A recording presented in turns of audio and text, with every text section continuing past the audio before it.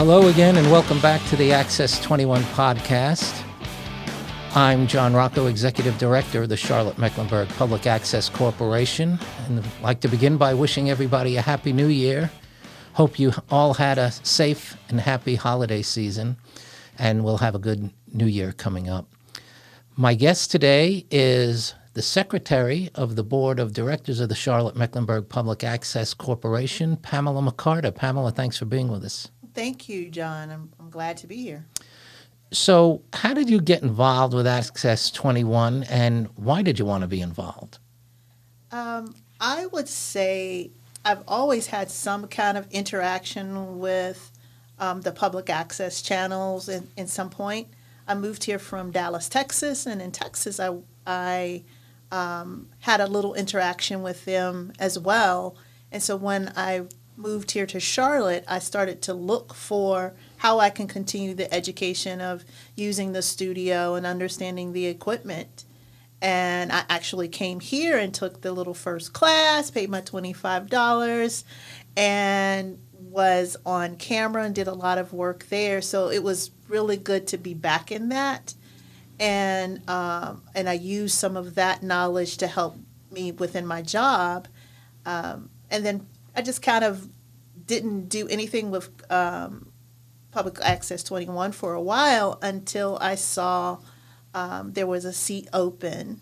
And I'm like, yeah, I think I want to apply because I think this is a great thing that people need to know about and participating. And I want to see how I can help spread the word about the station. And so you've been on the board about, 3 years now? I think this is 3 years. Yeah, and time goes by. Time goes really fast. And now you're the secretary. Yeah. I'm not a very good note taker, but I'm going to do my job. I'm going to try to do my job. Well, that's great, and we're glad that you're with us. And outside of Access 21, I'm sure you have a regular life and a regular career, so tell us about that. My job is I am an outreach specialist for the Charlotte-Mecklenburg Library as well as an equity initiative leader where I provide EDI, conversation and training for not just staff but also in the community. So I love to share that information on how we provide diverse and inclusive services and how other organizations can do the same. My outreach service is just working with those who are non-traditional library users by the way of they may be homebound, they may be in custody of something, or they're just displaced in some kind of manner that they need extra help.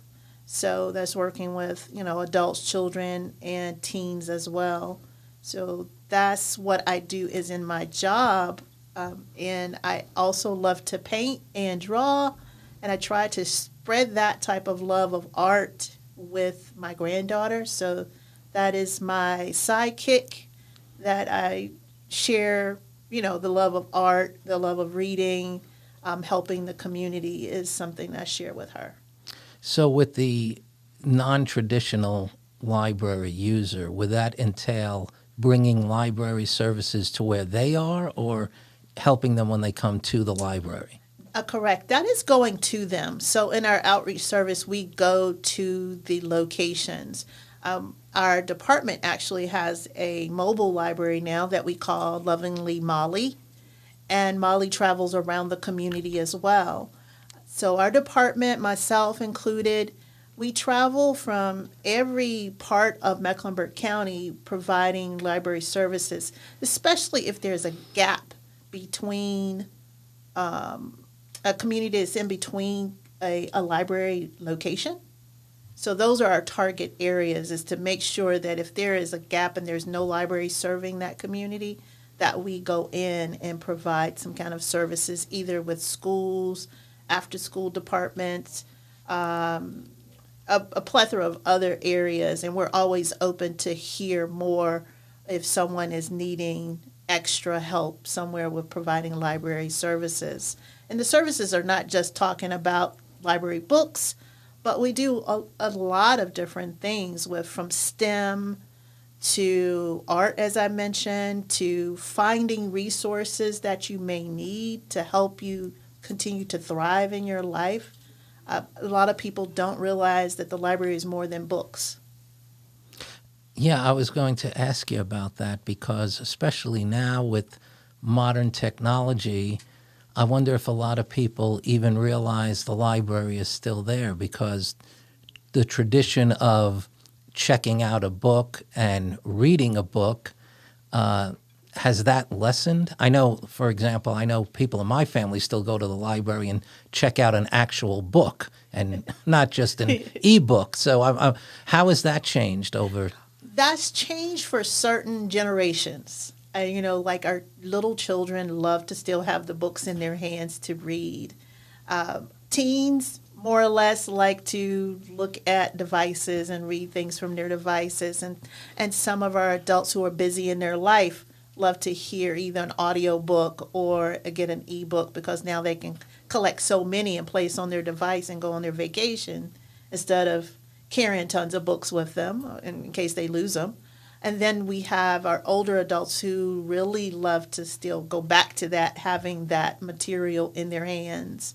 I am a materials in my hand type of person. Mm-hmm. I love to have books in my hand. I love to turn the pages. I love to look at the pictures. If there's something I'm reading to my granddaughter, it's just like that excitement is still there for me.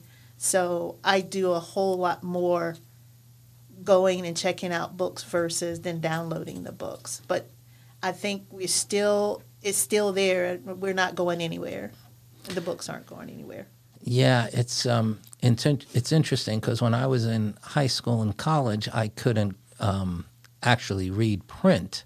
So I had all my books were recorded, but I always had the physical book and followed along because when they read the book, they tell you what page they're on, and I would turn the page and follow along. And I'd had friends say to me, well, what, you're spending all this money on books. This is when I was in college. When you don't need the book, you could just, but I liked having the book in my hand and turning the pages. And I thought it helped me concentrate because if you're just listening to something, you can kind of drift off into Never Never Land. And when you actually have the book in your hands and turning the pages, it helps you concentrate. Yeah, it does. It does.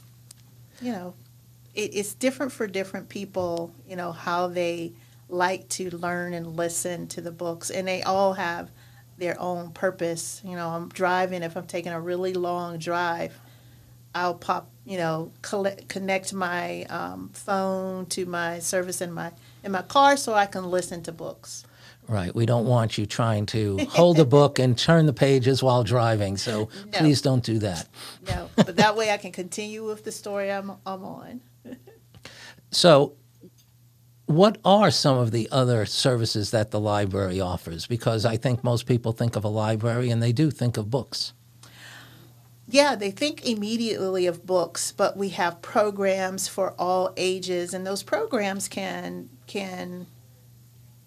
range from someone actually looking at your resume and helping you improve your resume. They can give you a critique of your resume, to STEM programs where you're learning about science for all ages. We have author visits that come in.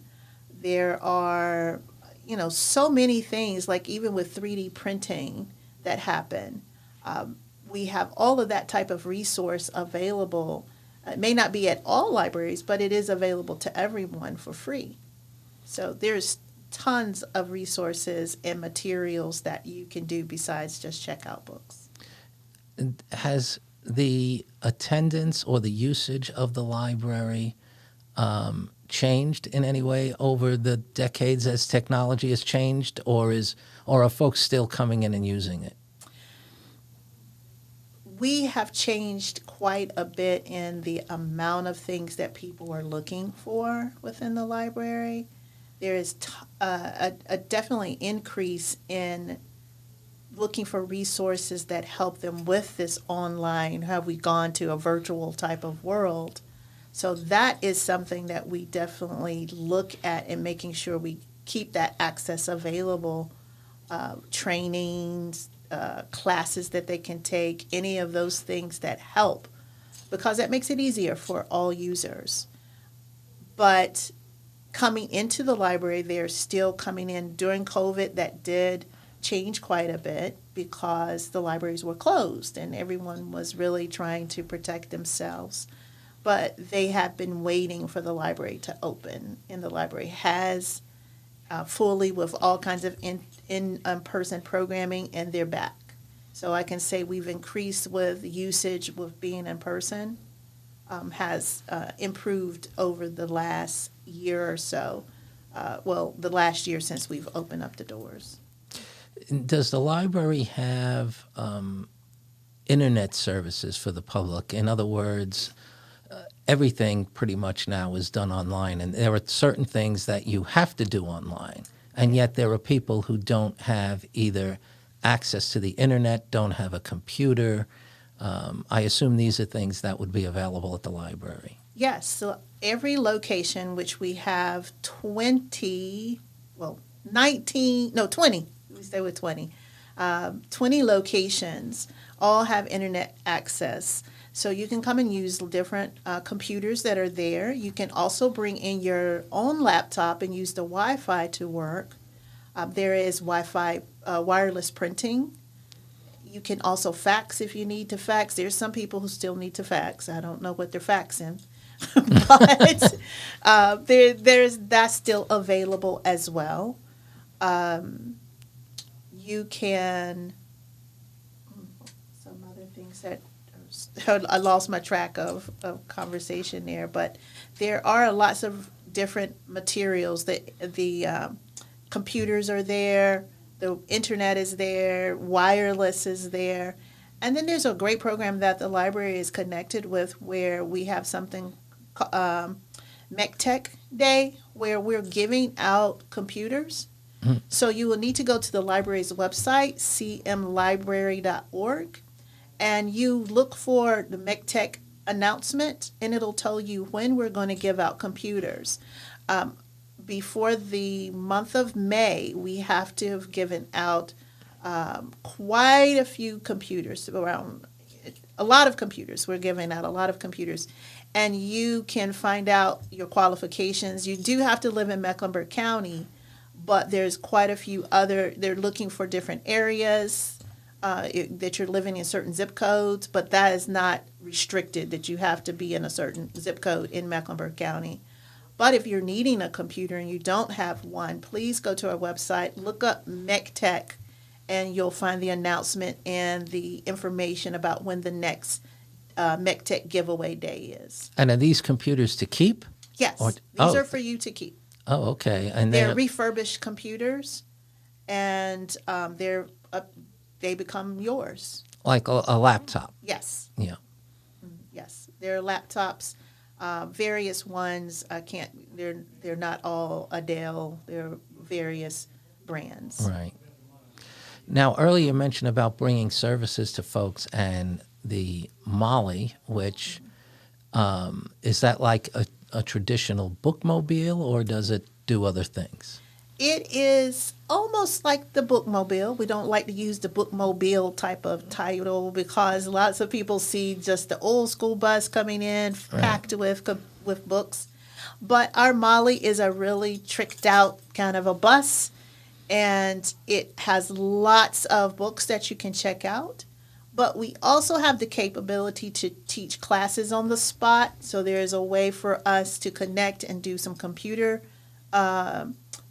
training with you and education. It also has a wireless hotspot to it. So if you are somewhere that you're not close to any internet, then you can come and connect to our wireless to that book, to our Molly. You can also, the Molly also has a flat screen on it. So if we have to have a movie night, we've done that in the community as well, is have a movie night in Under the Stars, play a movie for you guys in different communities. So that's another thing that if you're interested in bringing Molly to your neighborhood or your community, you can go to the library's website again and look for our outreach services and put a request in. And does it have a regular type schedule where it goes around the city, or is it by request to come to a neighborhood? It has a regular schedule, but it always has another, it has space to spread out on certain, for certain days as well. Now, the library and Access 21 have been in somewhat of a collaboration on providing some children's programming on the channel. Why don't you tell us a little bit about that? We have Library at Home, which is our children's story time that during COVID we found like this was very influential in providing services, because when the library closed, we were so hurt in how do we still connect with our community? And we were trying to find all kinds of ways to do that. And so we did things online, but we also are aware that there were many people who didn't have a computer to see us online or have internet to do that. But they may have a television. They may have access to some of the public access stations. And so this was another way to connect to those that may not have the opportunity to get on a Facebook or YouTube, which is what we were using at the moment, that now that they can also continue learning and enjoying library interaction. So we provided 2 programs, Library at Home and Library at Home in Spanish.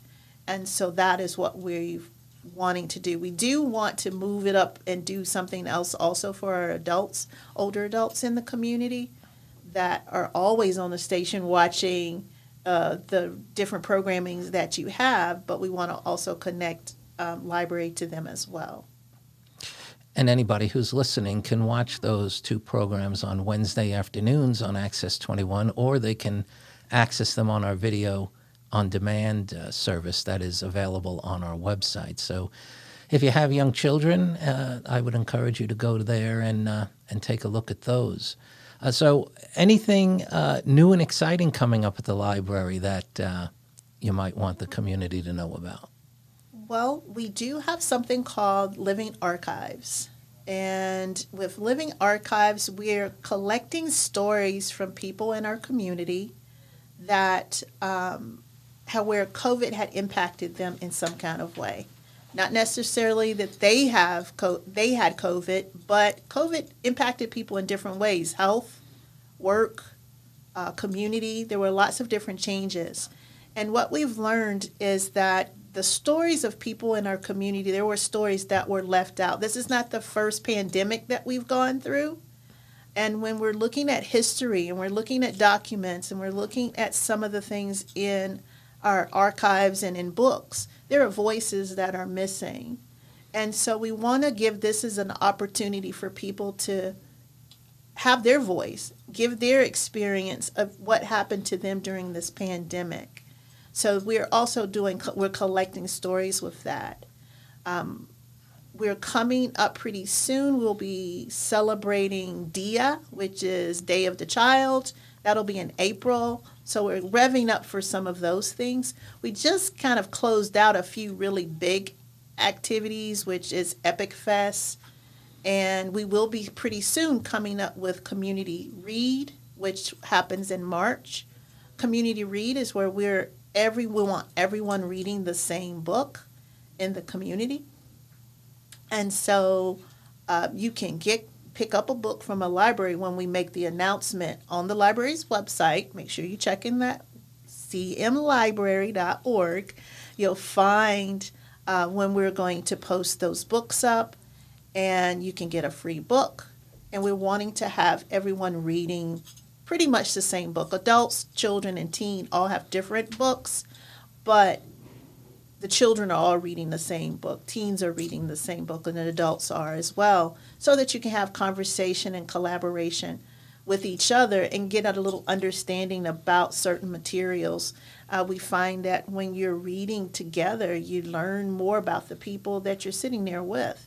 You get different ideas and perspectives. And so this is it's kind of our way of building community conversation. So after you would read the book? There's like a meeting of people that have read the book to discuss it? Yes, there'll be programs as well as conversations happening throughout the whole community at all the different libraries. There'll be something happening, and that'll begin in March. Great. So we encourage everybody to get involved with that and check out the And libraries. get a free book. And you get to keep the book? You get to keep the book. All right. Well, this is a way to build up your own library at home. You participate and get together with some folks and discuss these books. Well, I want to thank you for spending some time with us here on the Access 21 podcast, and I hope you'll come back. Oh, sure. I've got a lot. I usually talk a whole lot, so you kept me into some really good questions that I didn't wander off too far. Well, that's the beauty of a podcast. It doesn't matter where you go or how long you want to do it for, right? You can just do it. Yes. We'd like to encourage all of you, if any of you out there would like to have your own podcast, you can do so by becoming a member at Access 21, or you can have your own television show. And if you're interested in either one of those things, please go to our website. That's tvaccess21.com, or you can give us a call at 704-377-8988. I want to remind everybody that this podcast was recorded using the facilities of the Charlotte-Mecklenburg Public Access Corporation. As always, I want to thank our engineer, James Rossi. And until we talk to you again next time, thanks for listening. I'm John Rocco.